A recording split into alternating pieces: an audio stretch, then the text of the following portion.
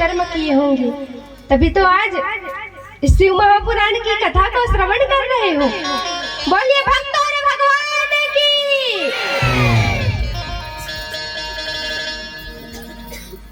तो आप लोगों ने कोई अच्छा पुण्य कर्म किया है, तभी आज आप लोगों को इस दिव्य श्री शिव महापुराण की कथा को श्रवण करने का सौभाग्य प्राप्त हो रहा है। अच्छा बताइए माताओं, और उधर हमारे दादाजी लोग, छोटे छोटे भाई बहन बैठे हैं, सभी से पूछना चाहती हूँ कि मेरे भोले बाबा को सबसे ज्यादा प्रिय क्या चीज है? सबसे ज्यादा प्रिय बताइए, जोर से बताइए, आवाज नहीं आ रहा है। और हमारे दादाजी लोग, आप लोग बताइए, मेरे भोले बाबा को सबसे ज्यादा प्रिय क्या है?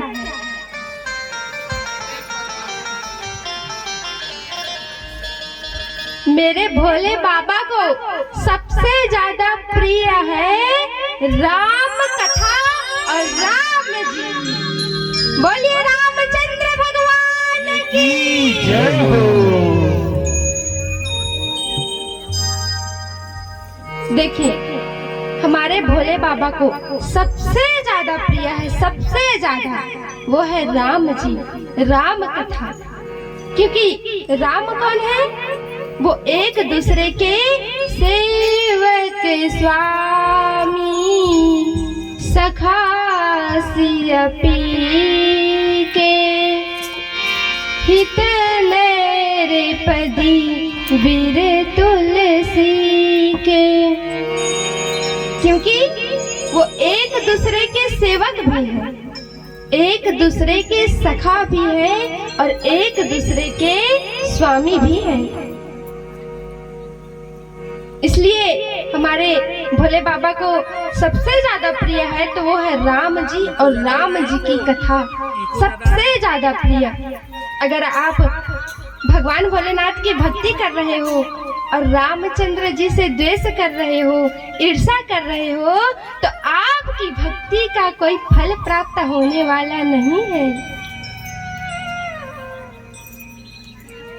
देखिए माताओं, ये शिव महापुराण की कथा को श्रवण करने से जो हमारे जीवन के पाप ताप संताप होते हैं सब जल करके नष्ट हो जाते हैं। इतनी महिमा है इस श्री शिव महापुराण की। तो आइए इस परम मंगलमयी श्री शिव महापुराण की कथा में प्रवेश करें। देखिए माताओं, शौनक आदि ऋषि मुनि सूत जी महाराज से प्रश्न कर रहे हैं, और किस लिए? हम कलयुग के कलुषित पापी प्राणियों के कल्याण के लिए। साधु महात्मा सूत जी महाराज से प्रश्न कर रहे हैं कि कलयुग के कलुषित पापी प्राणियों का कल्याण कैसे होगा। कह रहे हैं कि हे सूत महाप्राज्ञ सर्व सिद्धांत निष्पन्नम भक्तयादि विवर्धनम। कह रहे हैं कि हे सूत जी महाराज, आप तो समस्त कथाओं के भंडार हैं, समस्त सद्ग्रंथों के सार हैं, तो कृपा करके हमें बताइए कि भगवान शिव को प्राप्त करने के सबसे सरल उत्तम साधन क्या है। देखिए, भगवान की कथा को श्रवण करने के लिए दो चीजों का होना आवश्यक है। पहला तो बुद्धिमान होना चाहिए। अब कैसे बुद्धिमान? भगवान की कथा को समझ सकें। और दूसरा, भगवान सूर्य की तरह होना चाहिए, तब जाकर के इस भगवान शिव की महिमा को आप जान पाओगे।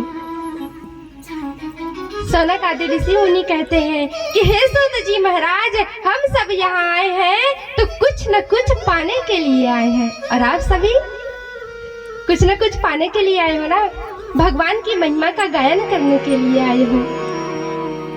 तो शौनक आदि ऋषि मुनि कह रहे हैं कि हे सूत जी महाराज, हमें बताइए समस्त सद्ग्रंथों का सार क्या है।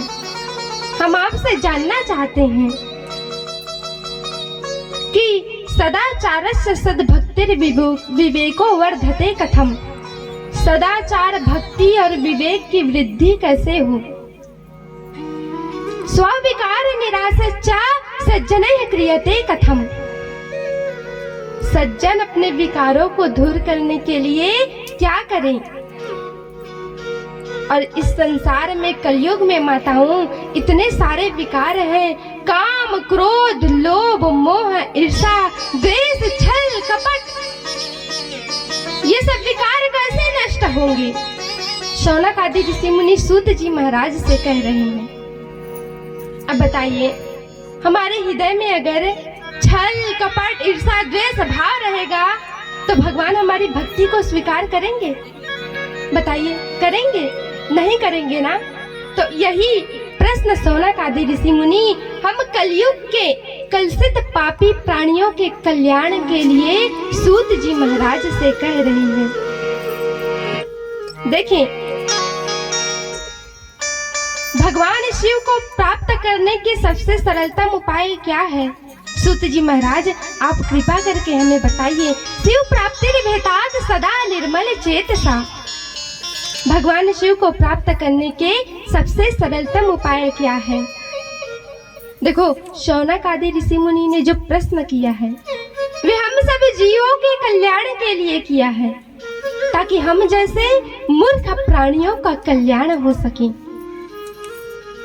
तो सबसे सरलतम और उत्तम उपाय है श्री शिव महापुराण की कथा का अनुष्ठान करना, आयोजन करना। और आप लोगों ने इस दिव्य श्री शिव महापुराण की कथा का आयोजन किया। एक बार भक्त और भगवान के लिए जोरदार ताली बजाइए। बोलिए भक्त और भगवान की जय। और भगवान शिव की भक्ति को बढ़ाने वाला है, हमारे हृदय में भगवान शिव के प्रति प्रेम को बढ़ाने वाला है ये शिव महापुराण की कथा। और काला व्याल महात्रास विध्वंस कर मुक्तमम सव्यम पुराणम परमम शिवे नोक्ताम पुरा मुनि। और ये शिव महापुराण माताओं ऐसा रसायन है जिसके श्रवण मात्र से काल रूपी व्याल का नाश हो जाता है। जैसे एक बिल्ली जो होती है चूहे को फट से पकड़ करके उसे अपना भोजन बना लेती है। जैसे कि हम बाइक से कहीं जा रहे हैं, अब कल परसों की ही घटना है, हमारे पलारी की घटना है। बेचारे छठी में जा रहे थे, एक बाइक पर 4 लोग थे, एक साल का बच्चा था। पेट्रोल टंकी के पास की ये घटना है, वहीं पर कैमरे में कैद हो गया। अब वो गाड़ी इधर से आ रहा था और उसी समय वो बाइक इधर से आ रहा था और ऐसा दुर्घटना हुआ, चारों की मृत्यु हो गई। कल की घटना है पलारी की, हमारे यहाँ की, 1 साल का बच्चा भी नहीं बचा।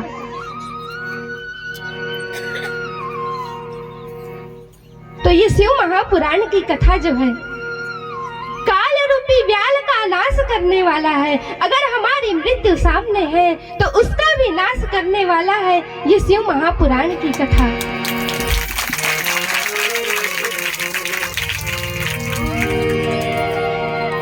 सव्यम पुराणम परमम शिवे नोक्ताम पुरा मुनि। पता है शिव महापुराण को सर्वप्रथम किसने सुनाया था? सबसे पहले किसने सुनाया था? अगर हमारे दादाजी लोगों को किसी को पता होगा तो हाथ उठाइए। देखिए, हमारी माताओं को पता है तो हाथ उठाइए कि किसने सुनाया था शिव महापुराण की कथा को सर्वप्रथम। देखिए माताओं, शिव महापुराण की कथा को सर्वप्रथम हमारे भोले बाबा ने ही ऋषियों और संतों को सुनाया था। और कहते हैं कि व्यासे नोक्तम तु संचय पात कली जानाम हितायचा। भगवान द्वैपायन व्यास ने हम कलयुग के कलुषित पापी प्राणियों के कल्याण के लिए इस श्री शिव महापुराण को विस्तार न करके संक्षेप कर दिया। अब बताइए क्यों किया? क्योंकि वो जानते हैं कि कलयुग के कलुषित पापी प्राणियों के पास में समय का अभाव होगा और वो लोग शिव महापुराण की कथा को श्रवण नहीं कर पाएंगे। इसलिए सूत जी महाराज ने, भगवान द्वैपायन व्यास ने, पूर्व में शिव महापुराण में 1,00,000 श्लोक थे। कितने? 1,00,000 श्लोक थे और 12 संहिताएं थे। तो हमारे व्यास जी ने विचार किया कि कलयुग के कलुषित पापी प्राणियों के पास में समय का अभाव होगा और 1,00,000 श्लोक वाले इस दिव्य श्री शिव महापुराण की कथा को लोग श्रवण नहीं कर पाएंगे। इसलिए मात्र 24,000 श्लोक कर दिए और अब श्री शिव महापुराण में मात्र 24,000 श्लोक हैं। देखिए, व्यास का मतलब होता है विस्तार करना। व्यास का मतलब होता है विस्तार करना। इसलिए व्यास जी ने 1,00,000 श्लोक वाले इस श्री शिव महापुराण को मात्र 24,000 श्लोकों में निबद्ध कर दिए, क्योंकि वो जानते थे हम कलयुग के कलुषित पापी प्राणियों के लिए के पास में समय का अभाव होगा। अगर किसी से पूछ लिया जाए, कहा जाए कि हमारे यहाँ शिव महापुराण की कथा हो रही है तो आप पधारिए, तो लोग क्या कहेंगे? समय नहीं है, वक्त नहीं है। अगर उसी समय 2 कार्य हो हमको, एक तो हमें किसी की विवाह में जाना है और या आज यहाँ पर शिव महापुराण की कथा हो रही है, तो लोग जाएंगे उस विवाह में भंडारा खाने के लिए और शिव महापुराण की कथा को श्रवण करने के लिए नहीं आएंगे। तो लोग जो है धर्म पर चलना नहीं चाहते। जहाँ पर बफा सिस्टम हो रहा है वहां पर जाएंगे, परंतु आज यहाँ पर शिव महापुराण की कथा चल रही है तो उसको श्रवण करने के लिए नहीं आएंगे। तो धर्म के कार्य पर अग्रसर होने के लिए समय नहीं है, भक्ति के मार्ग पर अग्रसर होने के लिए समय नहीं है।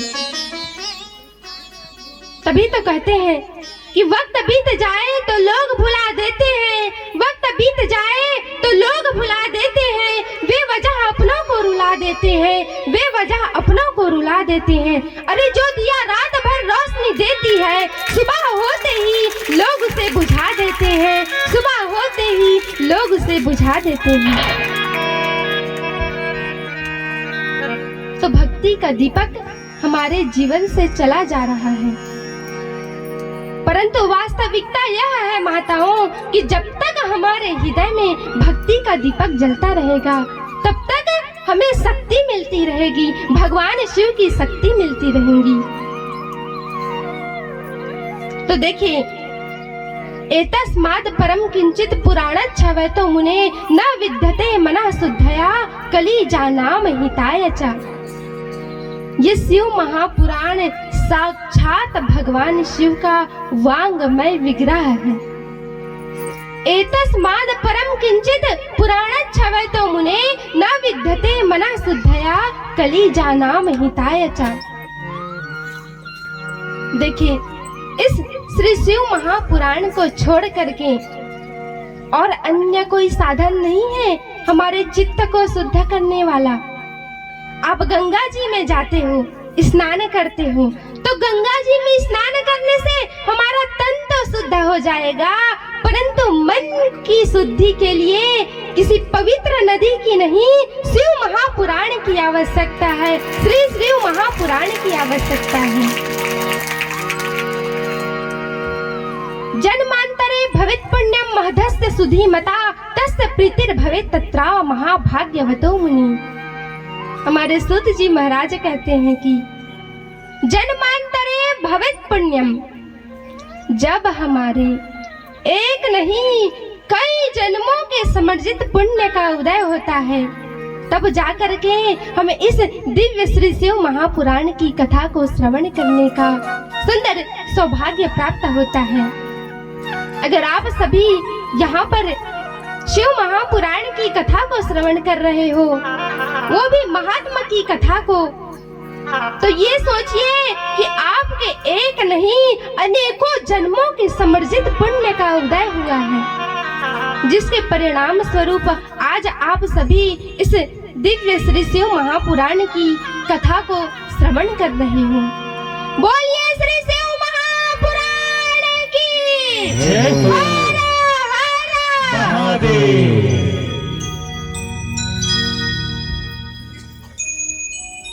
देखिए माताओं, जो शिव महापुराण की कथा को श्रवण करता है वे साक्षात शिव स्वरूप हो जाता है, भगवान के समान हो जाता है। इतनी महिमा है इस दिव्य श्री शिव महापुराण की।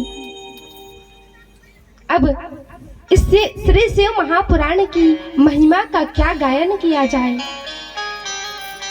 शिव महापुराण की कथा होती है 9 दिवस की, 11 दिवस की, आप जितने दिवस की भी कर सको, परंतु प्रायः 11 दिवस की कथा होती है शिव महापुराण की। तो इस श्री शिव महापुराण की महिमा का गायन 11 दिवस में तो क्या 11 करोड़ वर्ष में भी नहीं किया जा सकता, इतनी महिमा है इस श्री शिव महापुराण की।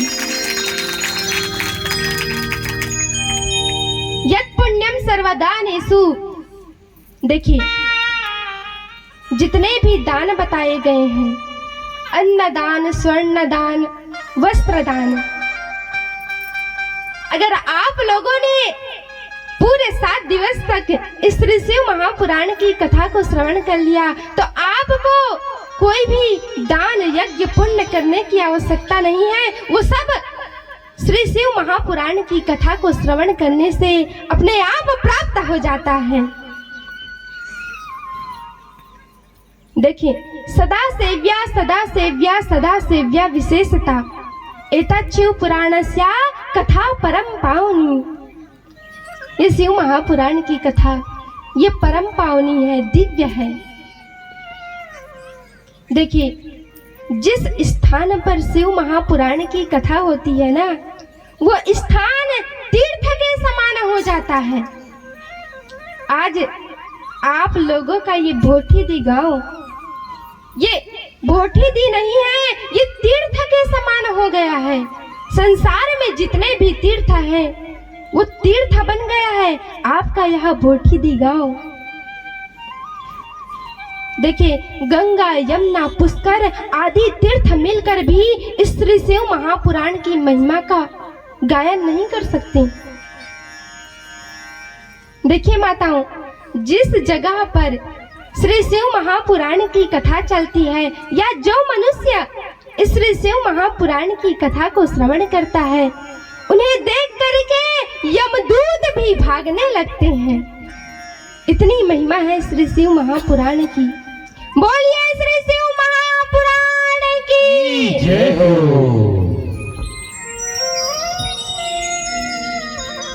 ऐसे श्री शिव महापुराण को हम सब मिल करके प्रणाम करते हैं, वंदन करते हैं।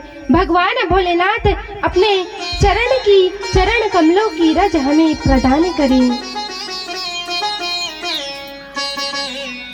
तो सौनक आदि ऋषि मुनि सूत जी महाराज के द्वारा सुंदर इस महात्मा की कथा को सुन करके बड़े प्रसन्न हो गए और कह रहे हैं कि के विशुद्धं तनया कथया पापिना कलो वदतान कृपया सुतकृतार्थम भुवनम कुरु।